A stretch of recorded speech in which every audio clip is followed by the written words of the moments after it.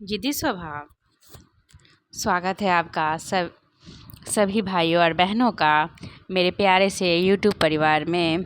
मैं कहती हूँ कि ये जो पुस्तक है मेरी कहानी मेरी ज़ुबानी बहुत ही प्यारी पुस्तक है और इसमें बाबा साहेब अम्बेडकर जी का जीवनी दिया गया है। आज अध्याय है 10। ज़िद्दी स्वभाव। मुझे बिल्कुल नहीं पता था कि मेरा स्वभाव पहले से ज़िद्दी था या नहीं था, अब वैसा है या नहीं है, मुझे बिल्कुल भी नहीं पता था। मैं एक बचपन की बात ज़रूर बताऊंगा। मैं अंग्रेजी की दूसरी कक्षा में पढ़ रहा था और हमारे पाठशाला सतारा कैंप में ही थी। हमें पैंट से गुरुजी पढ़ाते थे।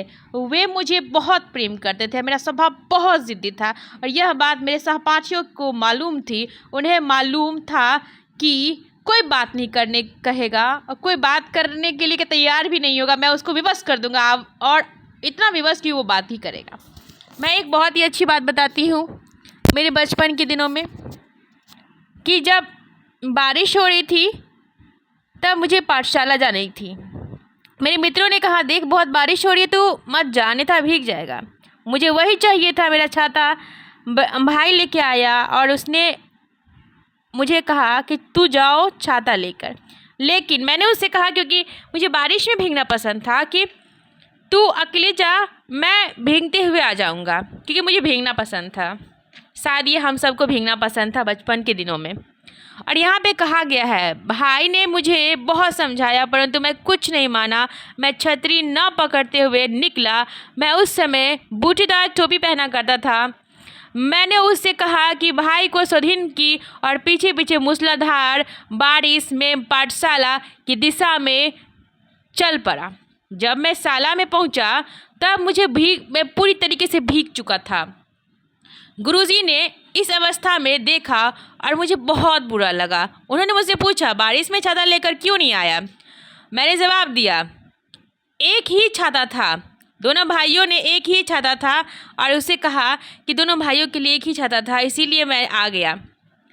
तो यहाँ पे कहा गया है कि बाबा साहेब अम्बेडकर जी ने असत्य कहा क्योंकि उनको बारिश में भीगना पसंद था। उन्होंने मेरे भाई को बुलाया और जो चौथी कक्षा में पढ़ता था।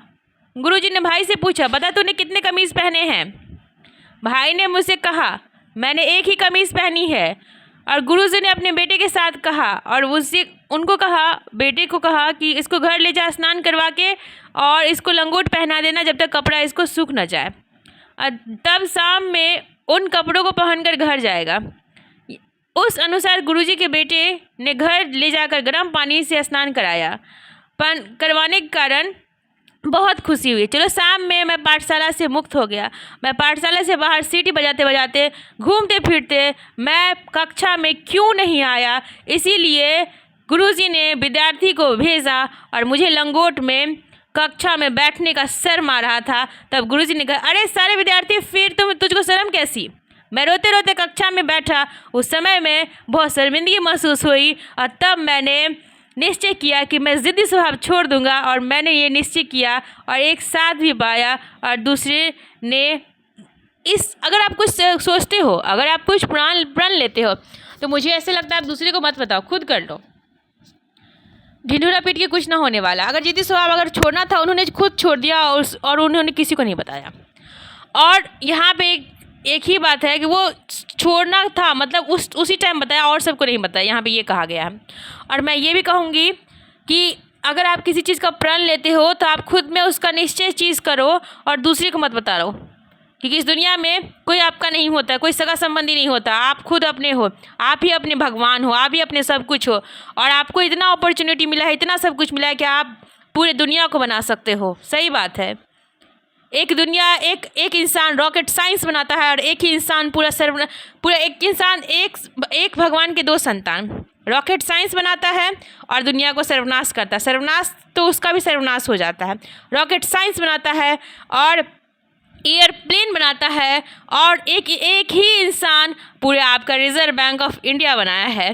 तो मैं ये कहूँगी कि एक इंसान में बहुत बड़ी क्षमता है, एक इंसान में बहुत बड़ी काबिलियत है और एक इंसान सर्वश्रेष्ठ है और एक इंसान ही सर्वोपरि है।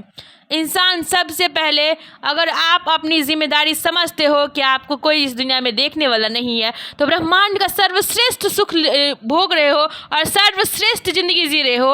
अगर आप कह रहे हो कि अगर आपको कोई नहीं देखता इस दुनिया में, अपने लिए खड़े हो, हर वक्त खड़े रहो, दुनिया में सुख ही सुख पाओगे। मानते हैं चला जाएगा, आपको कपटा जाएगा, क्षणिक, बाद में अपने बैक टू स्टार्ट हो जाओ, खड़े हो जाओ। तो मैं ये कहूँगी कि अपने लिए खड़े हो, अपने लिए ही खड़े हो, सिर्फ और सिर्फ अपने लिए ही। तो